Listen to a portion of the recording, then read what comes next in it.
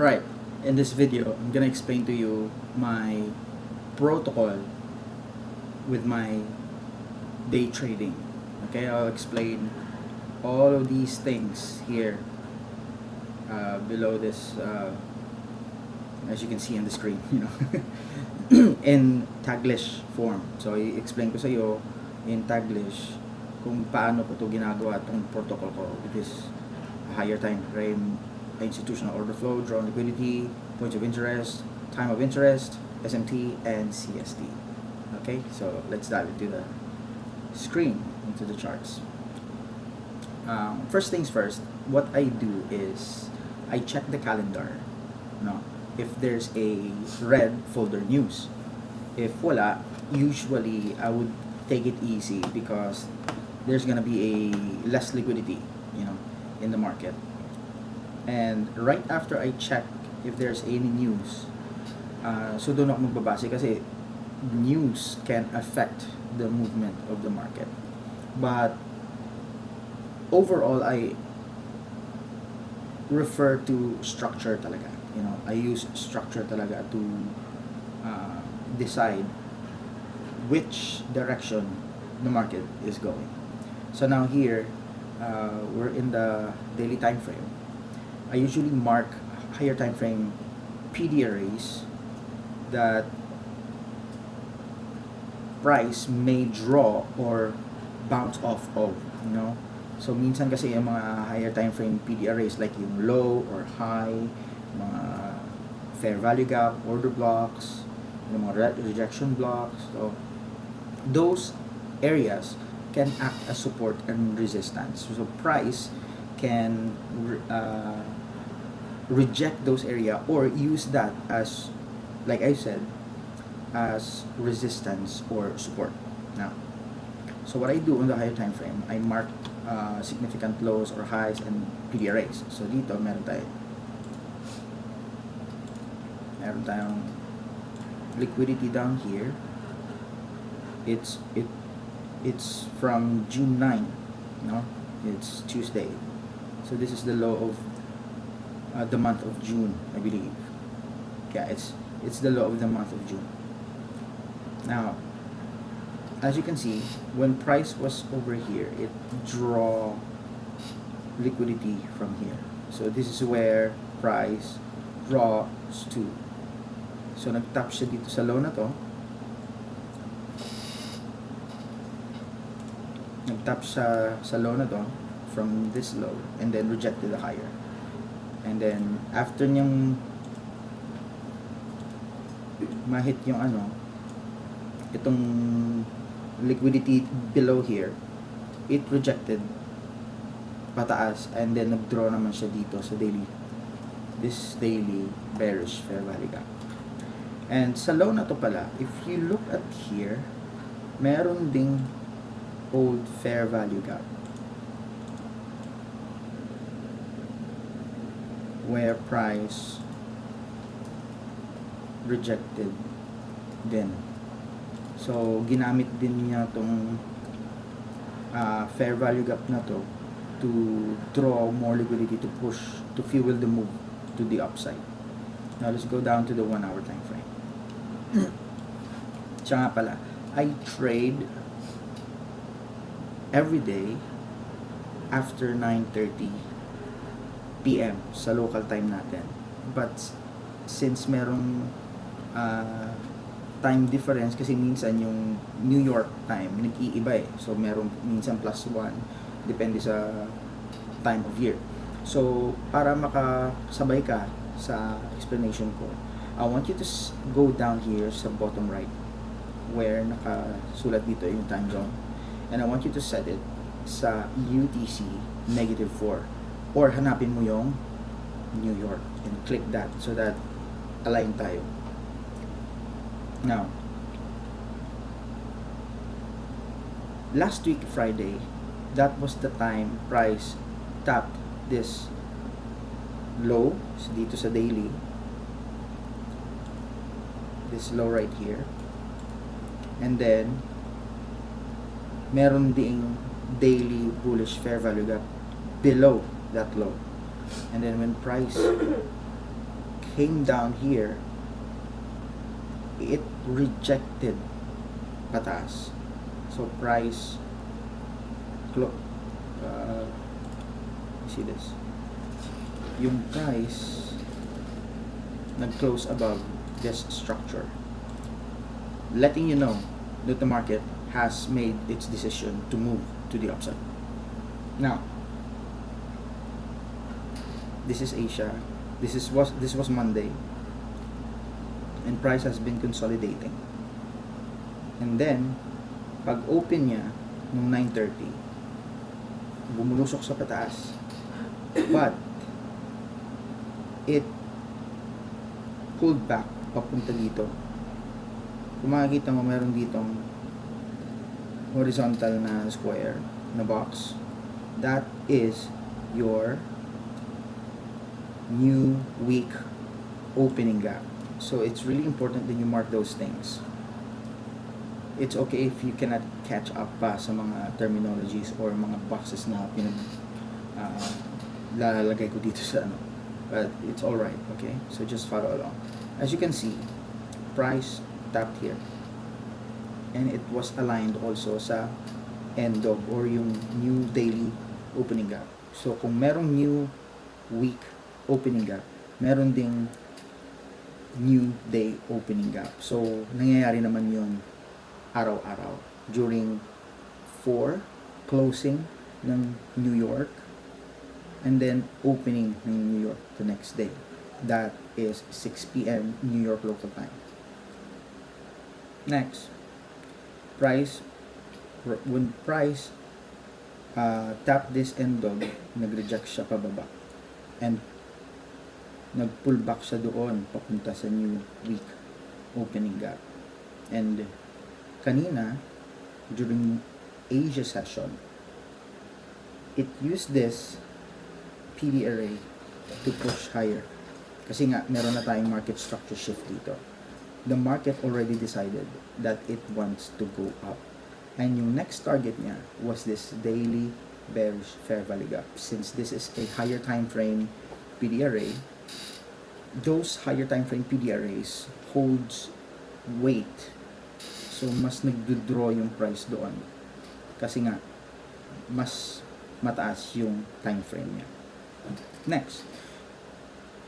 So, obviously, yung draw on liquidity natin is nandito. So, first I explained to you yung higher time frame institutional order flow by saying na nag-shift na yung market structure pataas. So, we're in a buy program or bullish na yung move ng market. So, yung draw on liquidity natin are these highs created.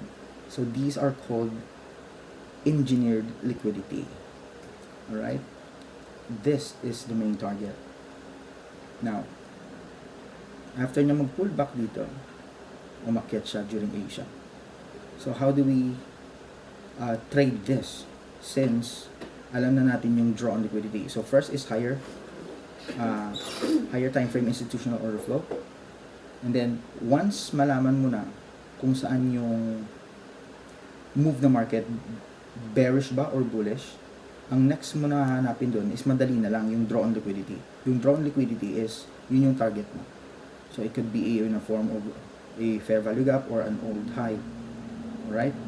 So, pag nahanap mo na yung institutional order flow sa higher time frame, madali na lang hanapin yung draw on liquidity. Now, maghanap tayo ngayon ng trade. So, paano tayo papasok ngayon? So, doon na papasok yung higher, yung points of interest. Since 9:30 tayo nagtitrade, especially, ako 9:30 ako nagtitrade, maghanap ako ngayon ng PD array doon sa 1 hour time frame.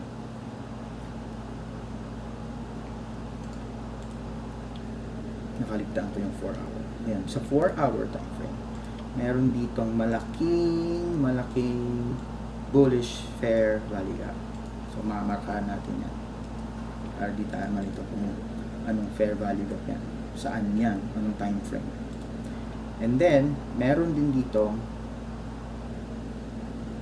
bullish fair value gap sa 1 hour. So, mamarkahan mo lang lahat ng makita mong PD array na madadaanan mong mga PD array sa higher time frame.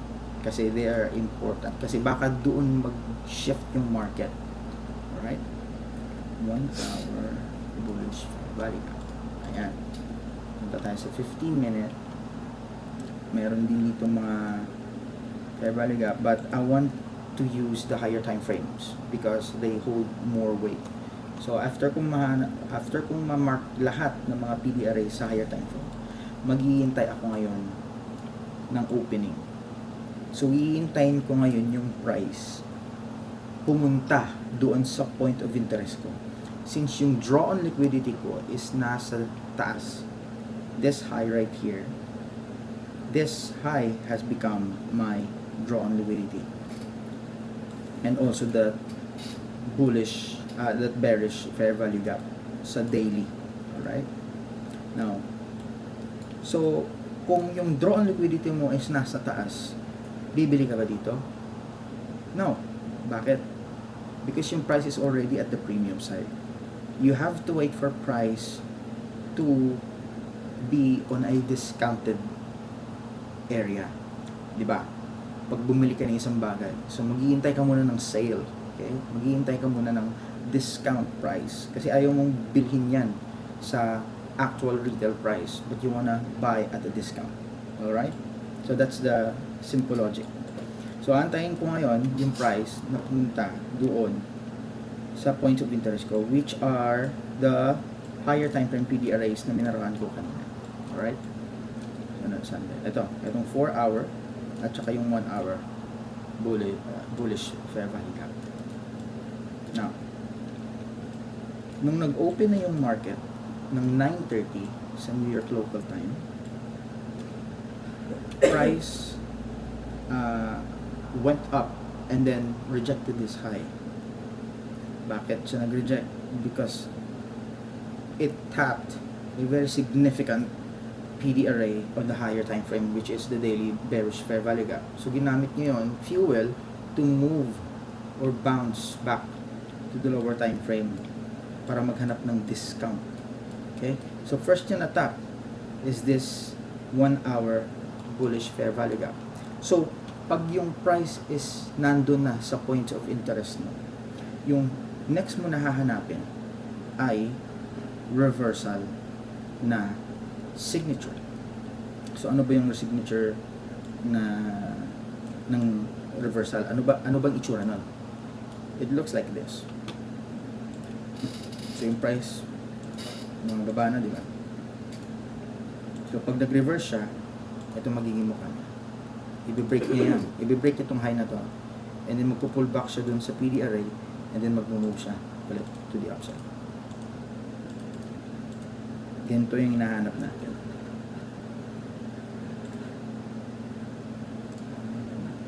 There's gonna be a PD array, arrayed in liquidity, and then break of market structure like that. After niya mag-break above, maghanap tayo ngayon ng isang PD array dito to enter in. And yung stop loss natin usually dito or two PD arrays away from your entry. Right? So that's what we're looking for. So paano pag hindi natin nahanap? Usually yung market would look like this. Ito yung low. I-create siya dyan ng high and then i-break niya. So, paano mo malalaman kung valid to? Usually, meron ditong inefficiency or fair value gap. So, make sure na merong fair value gap dito na nag-tap and then nag-go low and then break. That's your signal na yung price has created a change in the state of delivery. Now, let's go to the actual chart. Nag-open na, di ba? Bumaba na siya. O, yun. Market is doing this. Down, up, lower low, high high, lower low, and then, yun, nag-break na. Back. Right? So, paano ngayon? nandito na siya, nag-top na siya, di ba? Una yung hinahanap natin is yung higher time frame institutional order flow, drawn liquidity. Andito na tayo ngayon sa point of interest. And yung TOI is time of interest, meaning 9:30 onwards. So it's really important na nandun ka sa loob ng time, right time, before ka maghanap ng reversal or entry mo. Okay? So, since nandun na yung price sa POI at nasa tamang din siyang time of interest, yung SMT, maya-maya, babanggitin ko yan. Maghanap tayo ngayon ng CSD. Yung SMT natin ngayon is para siyang added confluence. No? So, para makita mo yung ibig ko sabihin, ito siya.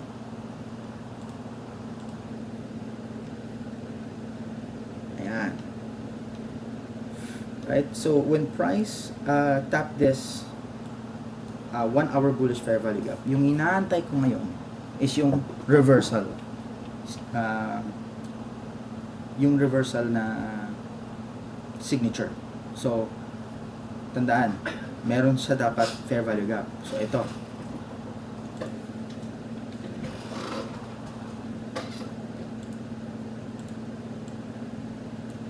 Alright? That's a fair value gap. So, inaantay ko ngayon yung price na mag-close above this. Above this high. Okay? Provided nandito pa lang yung price. Okay? Nandito kasi, nag-top siya kasi. Okay? So, I'm looking for close above this so that magkakaroon ako ngayon ng desisyon na okay, yung price nag-reverse na kasi nag-close na siya above dito. Alright, so I'm waiting. And then, nag-close pa siya ulit pababa. So, ngayon, rejected na tong idea na to. Bakit? Because meron ding mga nabuong fair value gap dito. So, ito na ngayon. Dito na ako ngayon maghahanap na reversal. Yung CSD or yung change in the state of delivery.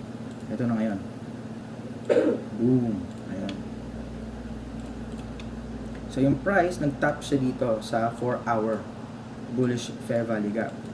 So, I'll just take it away because hindi na siya ganun ka-significant because yung higher time frame na PDRA, yung mas pinaboran niya.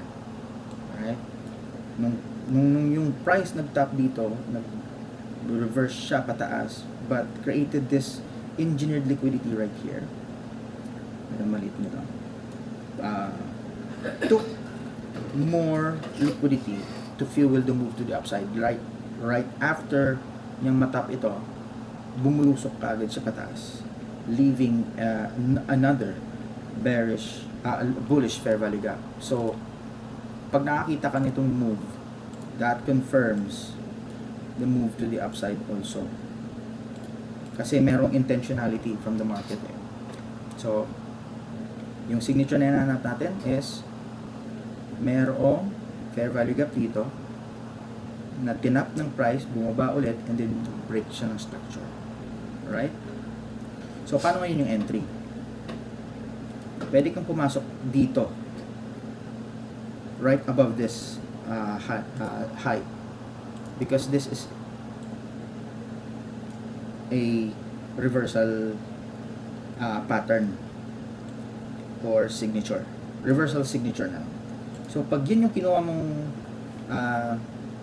entry, you can get like 1:1.42 risk to reward ratio. Okay na, di ba? But masyadong malaki yung stop loss. And if you're using 1 micro, 76 times 2 mo siya. That's around like $150. So medyo malaki siya. If you're looking to risk lower, you can use this low right here. So bababa ngayon yan. So naging 72. Malaki pa rin. What you can do is you can place your stop loss 2 PD arrays away from your entry. So this is 1, 2. Kasi fair value gap yan eh. That's a PD array. 1, 2. So ito yung magiging stop loss mo ngayon. Lumiit naman siya. Pero malaki pa rin. So paano ngayon yan? Pwede kang maging medyo laki mo yung risk. So, kailangan mo ng tapang dito. So, instead of 2 PD arrays, you can use just 1 PD array. Right? Ayan. So, lumiit. Lumiit na yung stop loss mo. But there's a risk then na pwede kang tamaan ng price when price pull back. Kasi minsan, this fair value gap can be filled hanggang dito. Kasi baka itap niya din dito. But, since meron tayong inefficiency din dito, this fair value gap right here will be left behind. Bakit? Because this is a balanced price range. If you're familiar with ICT, you know what I'm talking about. So you can use this stop loss.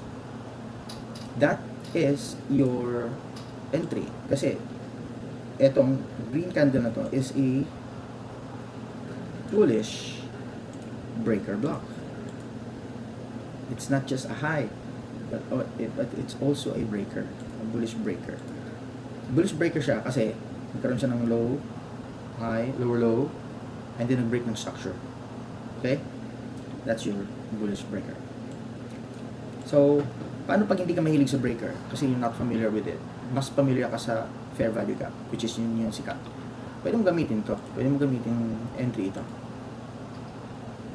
And then place your stop loss below this candle kung saan nabuo yung fair value gap. And this is also the high of this fair value gap. And then yung target mo dito is yung itong high. Bakit itong high? Because ito yung pinakamalapit. Ito yung pinaka-obvious. Ito din yung low-hanging fruit. Okay? So, you can get up to like 1:2 na trade. Alright? So, paano pag nalalakihan ka pa rin ng stop loss? Ito yung magandang gawin mo. Since malaki yung move at malaki yung fair value gap, usually, malaki din yung stop loss, di ba? So, antayin mo yung price na mag-pull back dito. Magka-create yan ng down close candles, itong black candles na ito. Hintayin mo na yung next candle, which is yung green candle, is i-engulf niya ng buo itong last down close candle, because that's going to be your order block. That's going to be your entry. And yung stop loss mo sa baba niya. So, magko-close yung price ngayon dyan sa taas ng order block na to. Correct? Let me mark that one.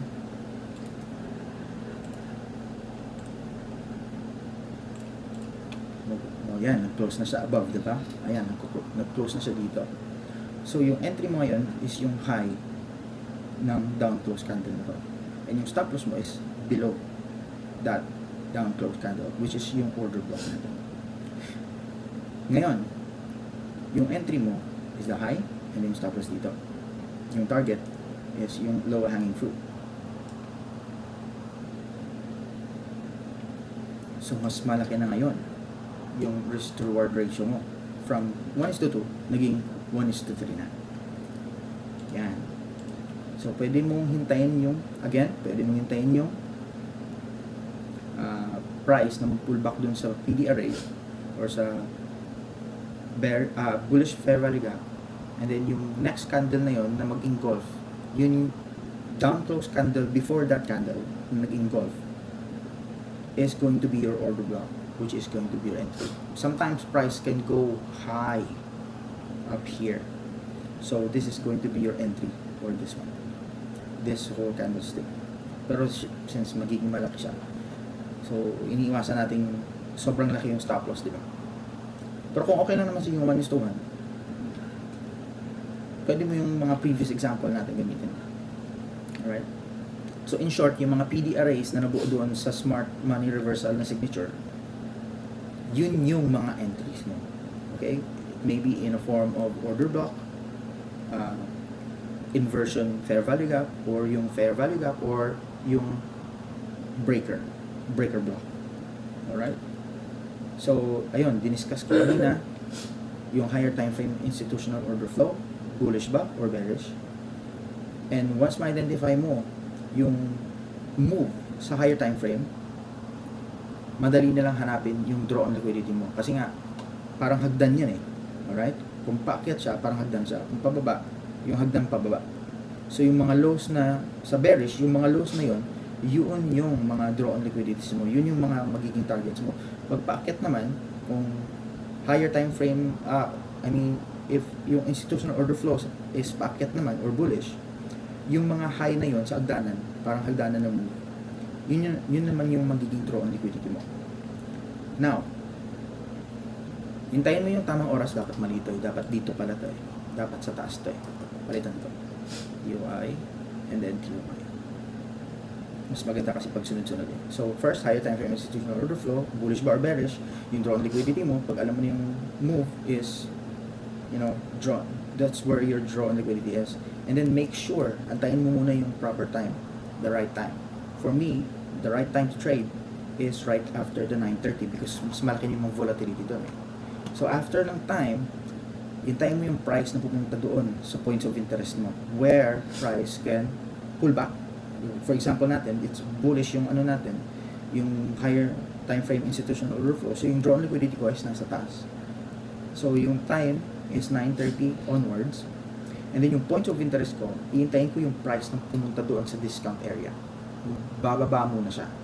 Kasi nga yung draw on liquidity ko nasa taas. Ayoko mag-buy sa taas. Gusto ko mag-buy sa baba. Alright? Same din sa bearish. Mag-buy ka dun sa taas, huwag sa baba. Alright? Now, hanapin ko ngayon yung SMT. Ayun. SMT pala is yung other instruments na correlated doon sa pair na ginagamit mo or sa instrument na ginagamit mo. If Forex, katulad ng Euro USD, yung correlated pairs niya are GBP USD and the DXY. Sa Nasdaq naman or sa futures, yung correlated na instruments niya are ES or yung tinatawag nating S&P 500 or yung YM, yung Dow Jones. So, as you can see, there's an SMT na na-form din dito. From the POI kanina dito sa bullish 1 hour bullish fair value gap and then ngayon dito sa may 4 hour bullish fair value gap. So, nagkaroon ng SMT. So, mayroon tayong added confluence in a form of SMT divergence. So, this low is nasa taas to kung i-compare mo siya doon sa ibang pair. Ayan, as you can see. Mataas siya compare sa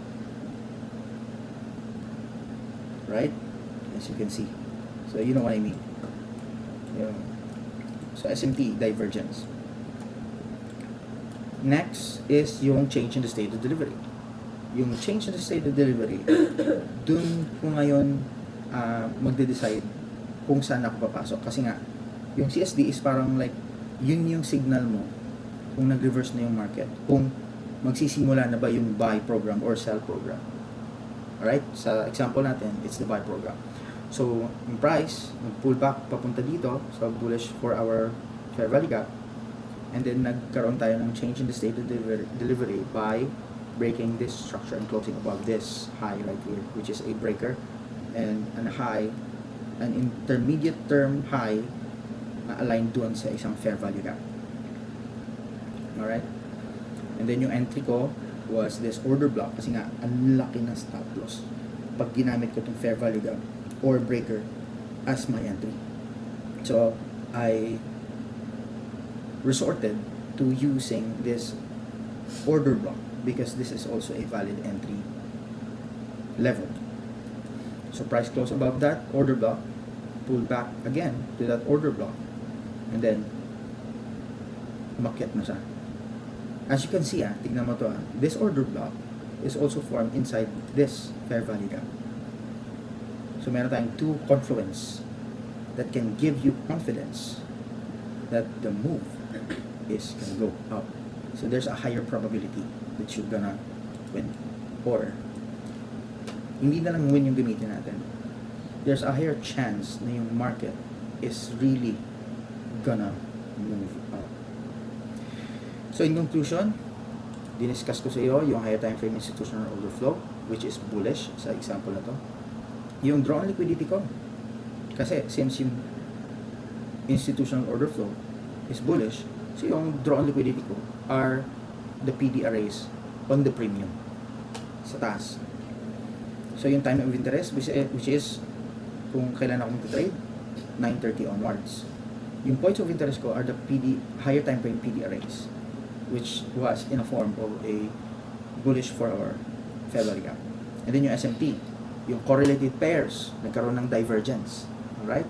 Yung sa NQ, which is yung instrument na ginagamit ko, is lower. But doon sa Dow Jones and S&P 500 are higher. Okay? So may divergence siya. Instead na kasi since correlated sila, dapat pareho yung move nila kahit magkaiba yung presyo. I mean this price right here, yung pricing. Pero yung move nila, yung patterns nila, supposed to be same, but it did not. So mayroong a divergence. There's a crack in correlation according to ICT. That's another confluence. And then after ng S&P, nangyari ngayon yung pinakahihintay natin, which is yung change in the state of delivery. Change in the state of delivery is when price decided na to move to the opposite direction. Kanina kasi pababa this. Ngayon nag-shift na siya ngayon pataas. So, we're in a buy program. If I zoom out, price had continued to go up.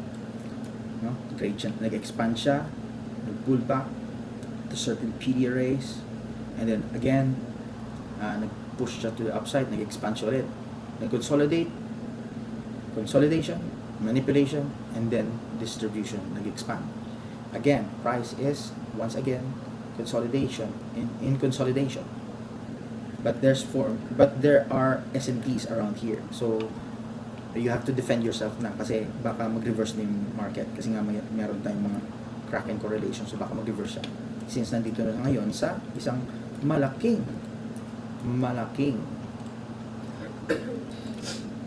PD array or premium discount array area. Alright? So, ito yun. Ito yung in-explain ko. So, ulit-ulitin mo na yung video. Medyo nakakalito ko siya ngayon kasi I'm trying to explain it in a way na I'm used to explaining it. Ewan ko ba? Hindi ko alam kung nagsasabi ko. Medyo nasanay ako sa English. Medyo nasanay din ako sa sarili kong dialect, which is Hiligaynon or Ilonggo. I'm from Bacolod. So, ayan. I hope you gained some insights, and I hope you taken some notes and you have taken some value from it. If you like this video, if you find it insightful, please like it, okay? Para makita din ng ibang mga Pilipino who are trying to trade. So I'm gonna make more videos about this so that if makatulong ako, makapag-share ako. Kasi dati walang may tumutulong sa akin. So I just figured this out on my own sa tulong ng Panginoon. Nabigyan ako ng mga insights or wisdom kung paano itong i-trade. So I'm sharing this information for free, and kung gusto mo magpa-mentorship, message mo na ako. Okay. So kung gusto mo ng one-on-one, so ibang usapan na yun. So you have to pay me na. And I'm giving this value for free, and this video is for just entertainment and educational purposes only. Alright? I'll see you in the next video. God bless you.